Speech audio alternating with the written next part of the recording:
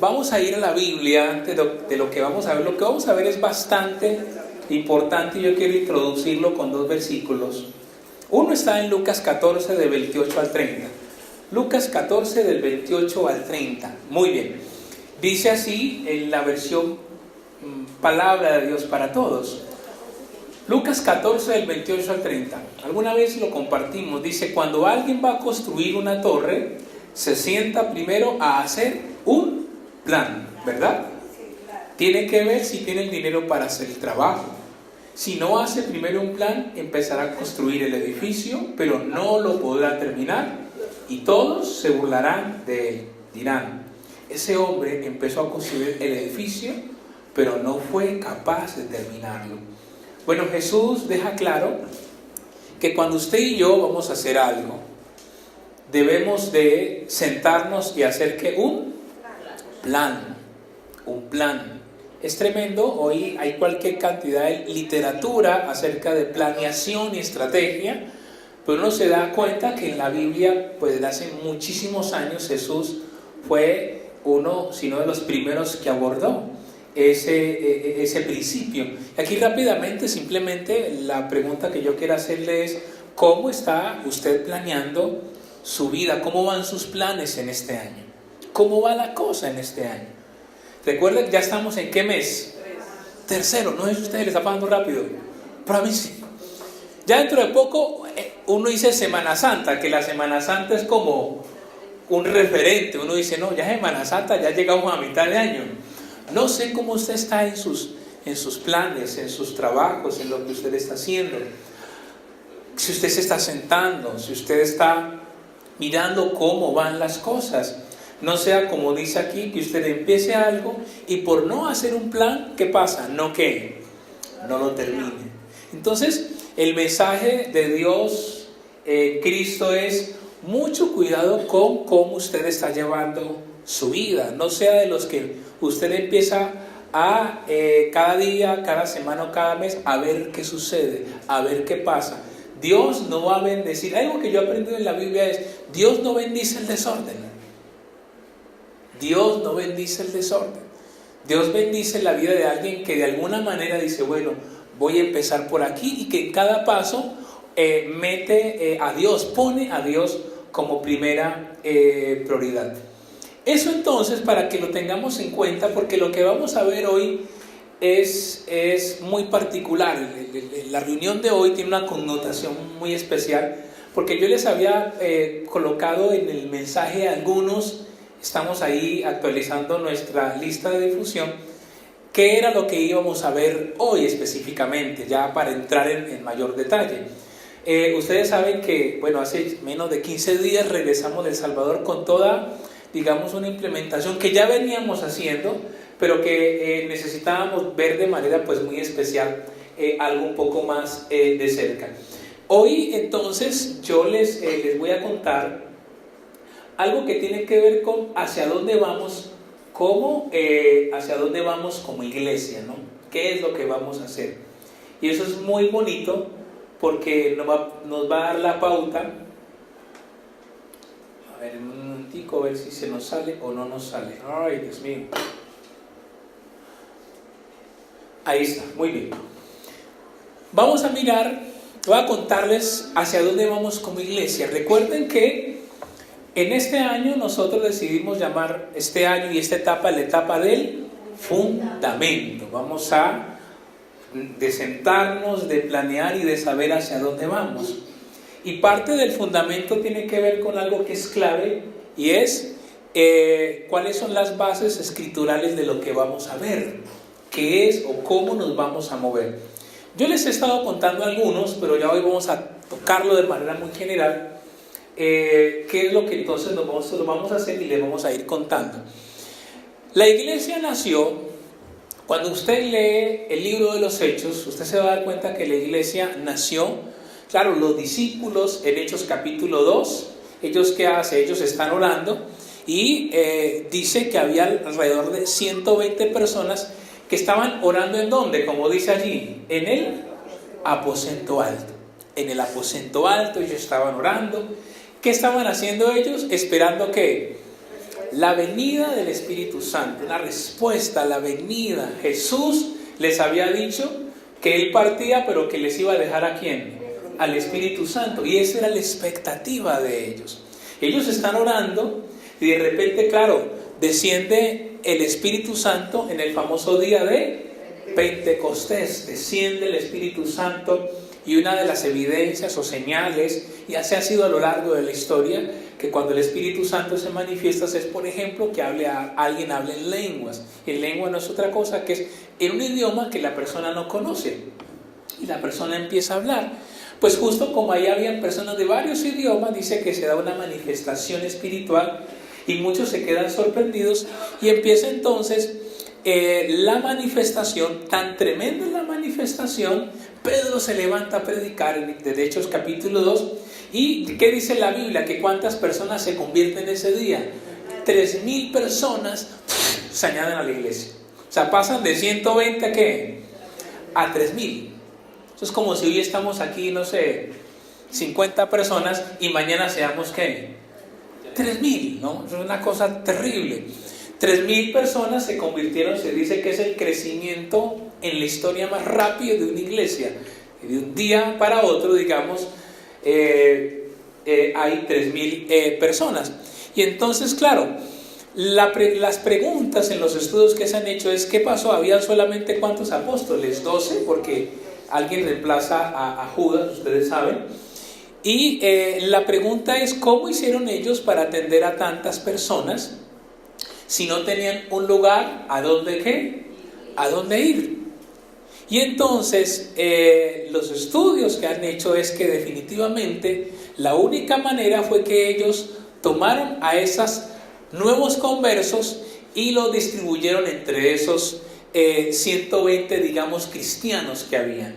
Y como no tenían lugar, como no tenían templo, pues ellos entonces empiezan unas reuniones. Se dice entonces que la primera iglesia comenzó a tener dos tipos de reuniones. Una reunión llamada reuniones ¿en dónde? En las casas. Y otra reunión llamada la reunión en el templo. Dice que ellos, partiendo el pan en las casas, comían juntos, alegría, sencillez de corazón, alababan a Dios. Pero también dice que perseveraban ¿en dónde? Que iban al templo. Esto es una especie de réplica de lo que pues era el templo judío. Era un templo con unas características muy especiales, sobre todo para todo lo que eran rabinos. El templo no era un sitio para recibir personas. Recordemos que el templo era un lugar donde entraba ¿quién? El sumo sacerdote. ¿Entraba cuántas veces al año? Entraba una vez al año y presentaba, digamos, ofrendas por los pecados del pueblo. Era un edificio más bien para impedir la entrada de las personas. Solamente, como digo ahí, estaba el sumo sacerdote. Aquí está un poco de manera más clara cómo era el templo.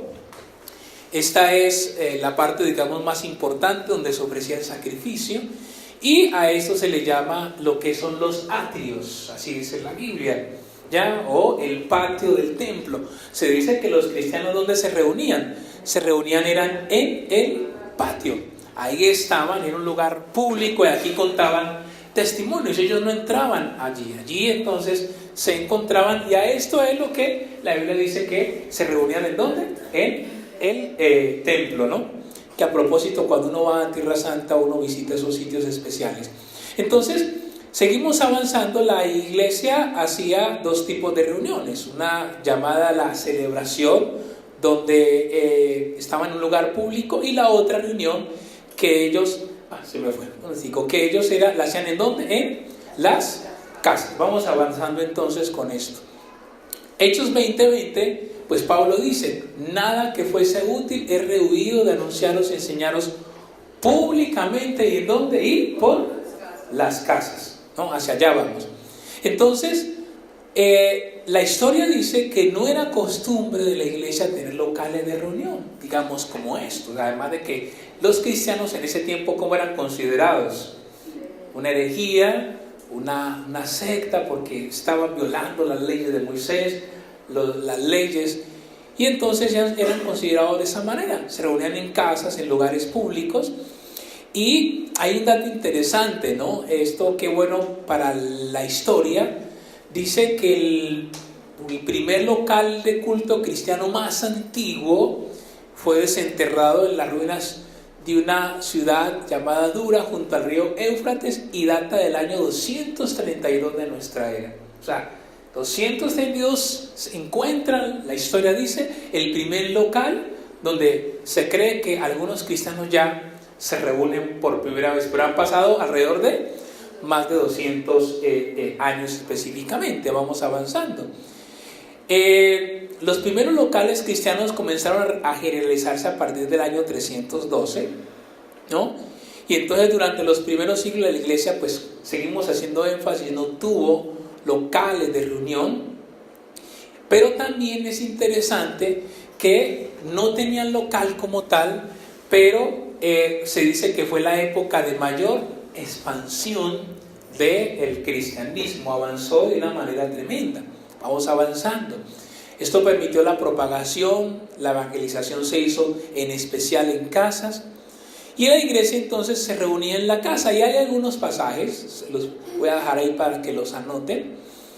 Y entonces, por ejemplo, aparece la casa de María, aparece la casa de Priscila y Aquila en Romanos 16, del 3 al 5. Aparece, por ejemplo, otra casa, la casa de ¿quién? De Ninfas, en Colosenses 4:15. Aparece la casa de Filemón, también allí dice: saludadme la iglesia que está en su casa. Y recordemos que cuando Pablo es llevado preso a Roma, él tiene, digamos, la casa por cárcel, por decirlo de alguna manera. Y él allí, ¿qué hacía? ¿Recibía a quién? Él ahí recibía a los cristianos. Ahí vamos avanzando con esto. ¿Vamos bien, no? ¿Bien? Muy bien. Se dice entonces que al igual que las aves necesitan 2 alas para volar, la primera iglesia entendió que tenían 2 reuniones muy importantes. La iglesia del Nuevo Testamento entonces tenía reuniones grandes, pero a la vez tenía reuniones que pequeñas, muy importantes. Ya veremos por qué las dos, ¿no? Las han llamado, le decían celebración y células. Y entonces muchas iglesias en el mundo han entendido el énfasis de tener una reunión grande, pero también poder estar en las casas. Estas reuniones entonces se generaron de manera especial en el Nuevo Testamento, y sobre todo cuando los empezaron a perseguir. Se dice que si algo hizo que la iglesia sobreviviera era que como se reunían en casas, pues era fácil atacar una casa, pero vaya a saber dónde se reunían, en qué, en otra casa, ¿no? Y entonces pudieron superar la persecución. De alguna manera pudieron también penetrar en el mundo de manera horizontal en la sociedad. No esperaban que la gente fuera, sino por el contrario, ellos iban llegando a las diferentes casas. Y obviamente esto logró que cambiara la sociedad. Ustedes saben que se cree que si algo hizo, digamos, que el imperio romano se empezara a agrietar, fue que el cristianismo empezó a penetrar. Entonces eso empezó digamos, a debilitar fuertemente el imperio romano. Sigamos avanzando. Seguimos en la historia, y la historia nos dice que en el año 312 aproximadamente, un hombre llamado Constantino legalizó el cristianismo, fue a favor de los cristianos, y entonces hizo del cristianismo la religión del imperio. Esto yo se los he dicho a algunos cuando estuve visitando los grupos. La iglesia comenzó por un lado, listo, ya no la perseguían.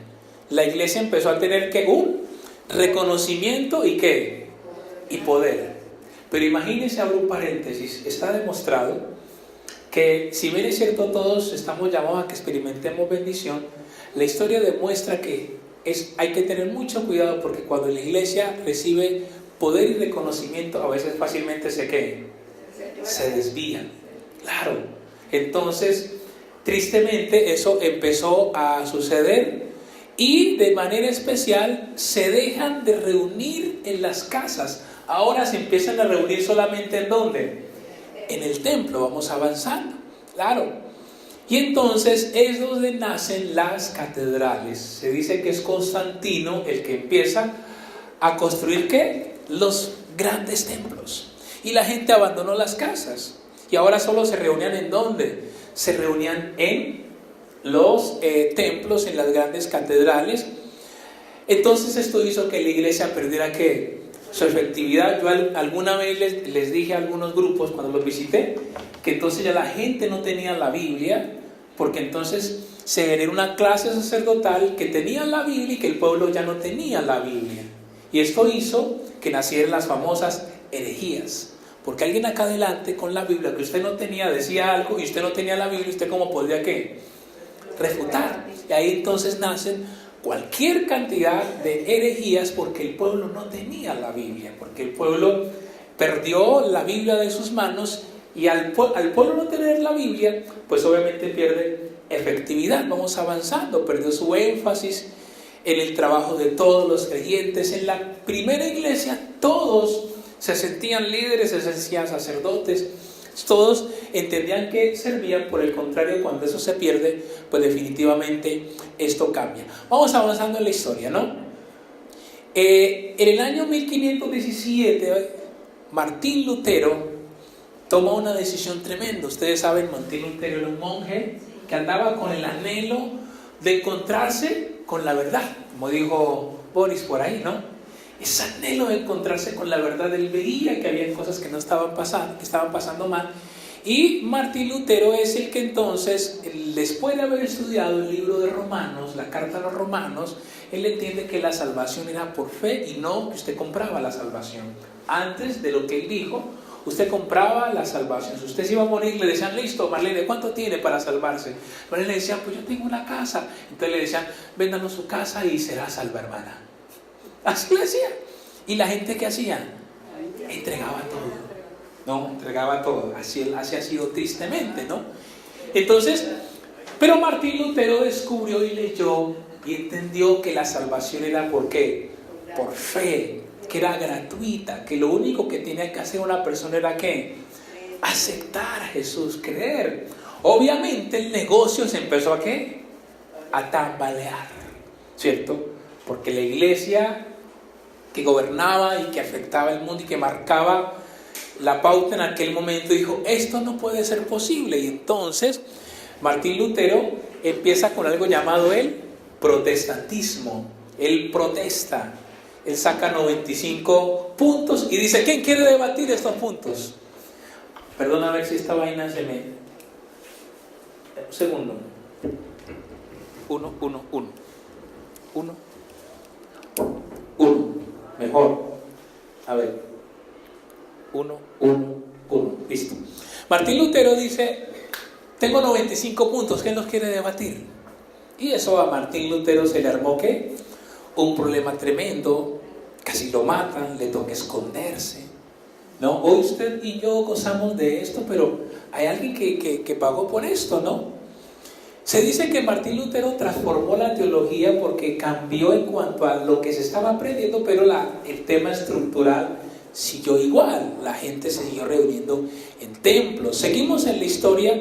Luego vienen unos personajes llamados los anabautistas, que no es otra cosa que los que dicen, no, hombre, la gente tiene que ser bautizada, de rebautizarse, porque ya no se bautizaba la gente. Estos también entonces, ya ellos empiezan de alguna manera a reunirse, de alguna manera mantuvieron un cambio, no mantuvieron un cambio en la teología, sino que también comenzaron a hacer cambios. Ya fruto de estos, como cosas raras, los empezaron ¿a qué? A perseguir. Si usted quiere ser perseguido, simplemente hable la verdad, en cualquier área. El día que usted quiera ser perseguido, hable la verdad y usted va a ser perseguido. Ellos los empezaron a perseguir porque estaban yéndose, según ellos, en contra de la Biblia. Y entonces, ¿cómo los perseguían estos personajes? Empiezan a reunirse de nuevo, ¿en dónde? En grupos pequeños. Ellos empiezan a reunirse en grupos pequeños y entonces empezaron a reunirse clandestinamente. Esta foto es tomada donde ellos se montaban en una barca y hacían que estaban pescando. Pero ¿saben qué estaban haciendo? Estudiando la Biblia. Entonces alguien se paraba y, ¿cierto? Y estaban estudiando la Biblia. ¿Usted se imagina eso? Porque los perseguían. Entonces tenían que simular una serie de cosas para que no les hicieran daño. Posteriormente, la historia dice que surgen estos llamados los puritanos, que hablan de la santidad. Su dirigente es este personaje. Y entonces él empieza a predicar sus sermones, ¿cierto? Pero también le empieza a enseñar ¿en dónde? ¿En qué? En las casas. Pero también estos grupos fueron perseguidos, porque la iglesia que decía, solamente nosotros podemos enseñar. Y el que lo haga por fuera está fuera de la ley. Entonces ellos esta imagen, digamos, pintura, tiene que ver con que les tocaba irse a los bosques a aprender la Biblia. Por eso insisto, es un privilegio que nosotros estemos hoy acá. Ellos les tocaba esconderse, leer la Biblia, hacer una especie como de picnic, y si alguien pasaba, ¿qué les tocaba hacer? Simular que estaban de paseo, ¿no? Y entonces, de esa manera también ellos empezaron a reunirse por grupos. Esto hizo que ellos también se propagaran tremendamente, y entonces se presenta algo llamado un avivamiento de estas personas, porque muchos empiezan a crecer. Seguimos avanzando en la historia. ¿Voy corriendo o voy bien? Bueno, muy bien. En 1738, seguimos en la historia, un hombre llamado Juan Wesley comienza a reunirse con unos amigos y dice, oye, estudiamos la Biblia. Y él entonces empieza a reunirse, y a esos grupos él los llamó los círculos santos.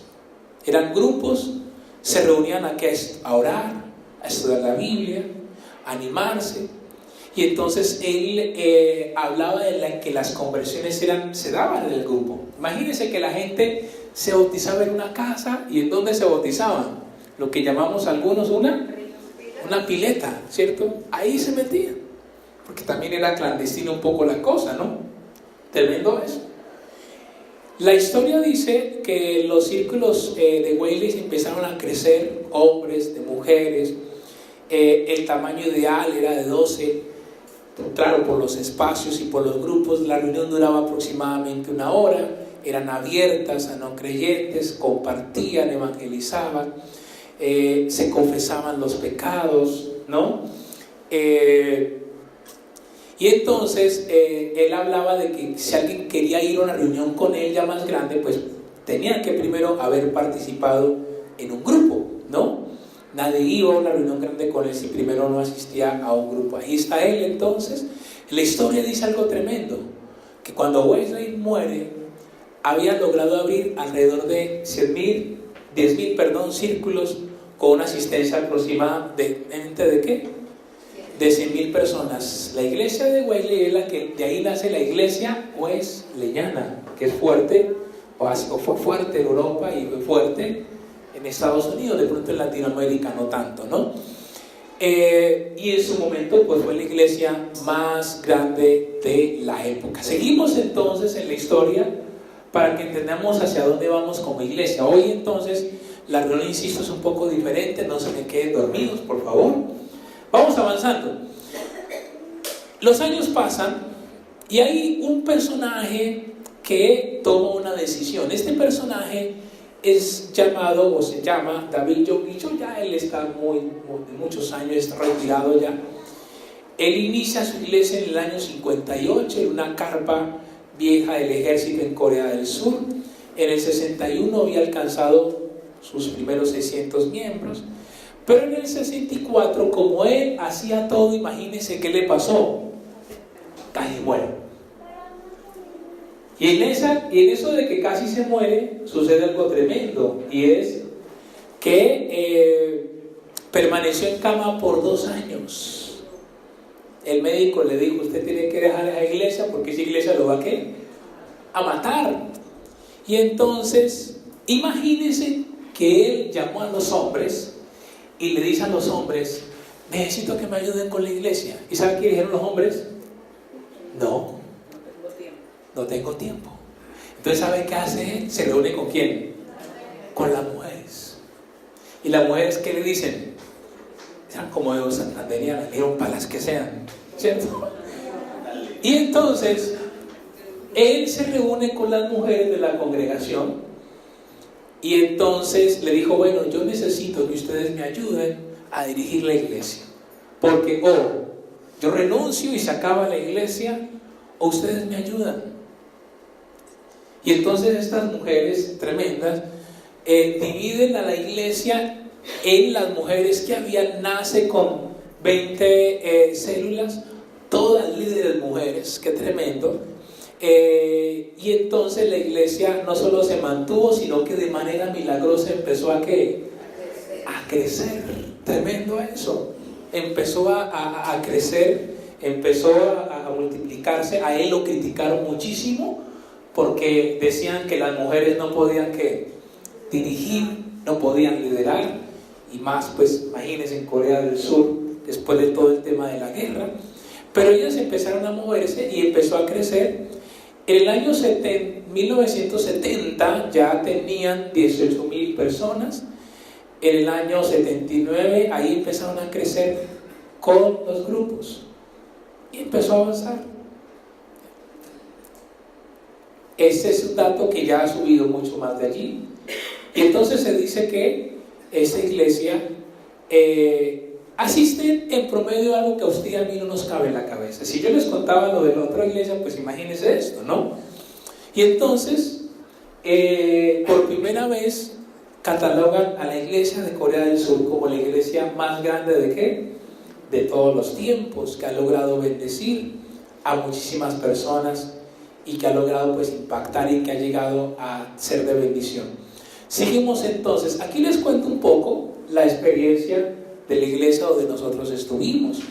El IN nace también en el año 77 con solo 9 personas. Por primeros años trabaja como una iglesia tradicional, pero también ellos hacen algo muy especial. Ellos conocen el testimonio de la iglesia de Corea y entonces ellos inician su transición, van, miran, investigan, aprenden y dicen: bueno, ¿qué podemos nosotros adaptar de allí? Y entonces los resultados, y ahora que mismo lo corroboramos, es que en sus primeros 9 años la iglesia sin células pasó de 9 a 3,000 personas. Hacían un fuerte énfasis en la parte espiritual, pero cuando ellos inician el modelo celular pasan de 3,000 pues al número que está allí en solamente un año. Todo esto hizo que ellos pues empezaran también a avanzar de una manera tremenda, a ser de bendición para un país que ahora que estuvimos nosotros, pues tremendo. Yo recuerdo que Jackie, cuando fuimos a viajar, nos dijo: pero tengan cuidado, líder, ¿no? Y yo dije, claro, yo no había leído acerca de El Salvador, pero cuando estudié el tema, claro, es un tema muy delicado, un país que estuvo en guerra, salen de la guerra y ahora tiene un problema tremendo de pandillas. Es el país que tiene un problema de pandillas, más de 60,000 pandilleros que extorsionan. Yo estando haciendo natación, conocí a alguien que cuando yo le conté, mi hermano, El Salvador es como delicado, ¿no? Porque unos amigos que son deportistas fueron allá a competir y cuando salían a entrenar tenían que salir escoltados. Yo no lo puedo creer. Señor, protégenos, ¿no? Pero es un sitio que, como dice la Biblia, donde sobreabunda el pecado, también sobreabunda ¿qué? La gracia de Dios. Y entonces ellos, pues fruto de esto, en el 2002 hacen un estudio a nivel mundial y entonces reconocen a Lin como la segunda iglesia local, después obviamente de la de Corea, como la segunda iglesia más grande del mundo, después de examinar iglesias en 112 países. Aquí está una pequeña lista de las iglesias celulares más grandes del mundo. Una de ellas, bueno, y otra que no está aquí, está en Colombia también. Entonces, ahí está, al final del cuadro está el número de células o grupos y el número de los asistentes. Cuando dicen celebración, es la reunión de domingo. Yo cuando alguna vez leí esto no lo creía, pero ahora que viajé le quiero decir que es verdad, ¿cierto? Yo les conté el número. Yo decía, eso es tan exagerado, no creo. Hablo pues del caso de la que fuimos a mirar. Entonces, cuando uno ve esto, uno se sorprende del alcance, no tanto por el anhelo de ser una iglesia grande, es por el cumplimiento de ¿qué? De la gran comisión, de la salvación, que la gente no se vaya para la condenación eterna. Entonces, cuando hablamos de la misericordia de Dios, es comprender que Dios lo que quiere es un modelo que está en la Biblia, no es un modelo inventado por alguien, es un modelo que está en las manos de Dios. Y entonces el gran desafío que tenemos nosotros es movernos hacia allá como iglesia. Y aquí llegamos a este punto, por favor, llegamos a este punto, y es que sé que algunos me estaban preguntando, bueno, ¿y ahora qué sigue para nosotros? O sea que, así como Boris está recién llegado hace 15 días, pues también nosotros como iglesias estamos en un proceso muy bonito de ¿qué? De avanzar para ver la gloria de Dios. Hoy el tema no es tanto un tema de mensaje, sino una visión, por favor, para que todos entremos. ¿Y ahora qué sigue para nosotros como iglesia? ¿No? Y lo que vamos a hacer es, vamos a empezar a caminar hacia ¿qué? Hacia una palabra clave que se llama transición, que no es otra cosa que lo que hemos venido haciendo, pero ya de manera mucho más especial, con un mejor énfasis. ¿Qué es entonces? ¿Hacia dónde vamos a caminar como iglesia? Es muy importante que ustedes sepan en dónde están y hacia dónde vamos. Primero, pues enseñar la visión espiritual, que eso es lo que hemos hecho ¿qué? Hoy estamos enseñando la visión espiritual, los fundamentos, que estamos haciendo algo que está que lo han hecho otros, pero que está en ¿dónde? Lo más importante, en la Biblia. Por eso nosotros nos movemos. Claro, lo segundo que vamos a hacer es, pues definitivamente nace basado en todo lo que estamos haciendo. Nuestra primera la quisimos llamar de esa manera, pista de entrenamiento, que no es otra cosa que los elementos claves para que una persona en Arca crezca espiritualmente, ¿no? Y otra cosa muy importante que vamos a empezar a hacer, y ya lo hemos empezado a hablar, es vamos a reorganizar los grupos de manera ¿qué? Geográfica. Yo voy a poner un ejemplo. Miriam está aquí. Miriamcita, por ejemplo, los miércoles va a un grupo de mujeres donde nosotros, pero Miriamcita vive ¿en dónde? En Bellavista, al sur. Bellavista. Yo alguna vez fui y yo dije, Dios mío, la gente es muy linda, no viene hasta acá, vive lejos. Claro, obviamente los que venimos de una ciudad grande como Cali o bueno, Bogotá, uno dice cerca, pero cuando uno ya está aquí es lejos, ¿no? Ella viene desde allá. Pues el gran desafío y la idea que tenemos es que podamos tener grupos de manera geográfica, en otras palabras, grupos que estén ubicados lo más cerca de donde usted vive. Por ejemplo, Rosaura vive ¿en dónde? En Girón. Entonces, claro, Rosaura, ¿usted por qué no vino el jueves a parejas, que no sé qué? Listo, yo entiendo que muchas cosas, pero también hay que entender que hay un tema también de ¿qué? De distancia, ¿cierto? Y así la historia podríamos seguir mirando. Entonces, el desafío es que vamos a entrar a una etapa, si alcanzamos ahora, sino que el tiempo corre, lo vamos a tratar de hacer, y es decirles de alguna manera dónde está el grupo que a usted le quede ¿qué? Más cerca, más fácil, porque usted va a poder llegar fácil y cuando se vaya a ir, pues dice, yo vivo ¿qué? Cerca, ¿no? Por ejemplo, Oscar y Laurita viven ¿en dónde? En la Ciudadela Real de Minas, ¿no? Yo siempre, para mí, la Ciudadela me parece como otra, de entrada Ciudadela me parece como otra parte, ¿no? Ellos van también en los jueves, aunque los últimos jueves, aquí los voy a denunciar, no sé qué me les ha pasado, pero ellos están sacando, ahorita me van a decir líder por eso que usted está diciendo. Entonces, claro, lo mismo, ¿qué tal si nosotros tenemos un grupo donde? Cerca donde ellos, ¿cierto? que simplemente Oscar diga listo, se acabó y hace así y ya está, ¿sí o no, Oscar? Que eso es lo que a usted le gusta, para acostarse temprano, ¿cierto? Entonces es eso, y así sucesivamente, ¿no?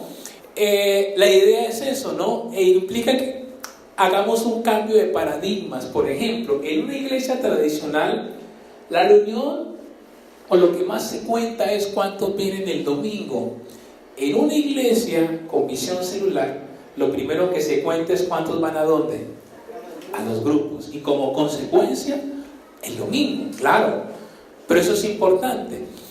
¿Hacia dónde vamos? A establecer los primeros líderes de grupos de conexión, que ya ellos están ahí, ¿cómo es? En un arroz en bajo, ¿no? Ya están ahí, ya casi, ¿cierto?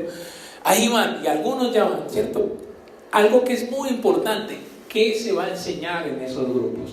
Entonces tenemos que elaborar, junto con mi esposa y algunas personas que nos ayuden, los temas que se van a dar para que pues todos estemos con una misma temática, y ahí se exige sentarse y diseñarlos y hacerlos. También estamos en este de programar entonces nuestros bautismos después de esto, y por eso esta nota es muy importante. Por eso los grupos actuales vamos a hacer un alto, ¿cierto?, para reiniciarlos después de esta capacitación, de esto que vamos a tener, que más o menos sería como mes y medio, más o menos, para vivir este proceso de reordenamiento que estamos haciendo. Esto es muy importante. Y yo les felicito que ustedes estén aquí, porque este tipo de reuniones no las hacemos pues todos los domingos para poder explicar en detalle muchas cosas.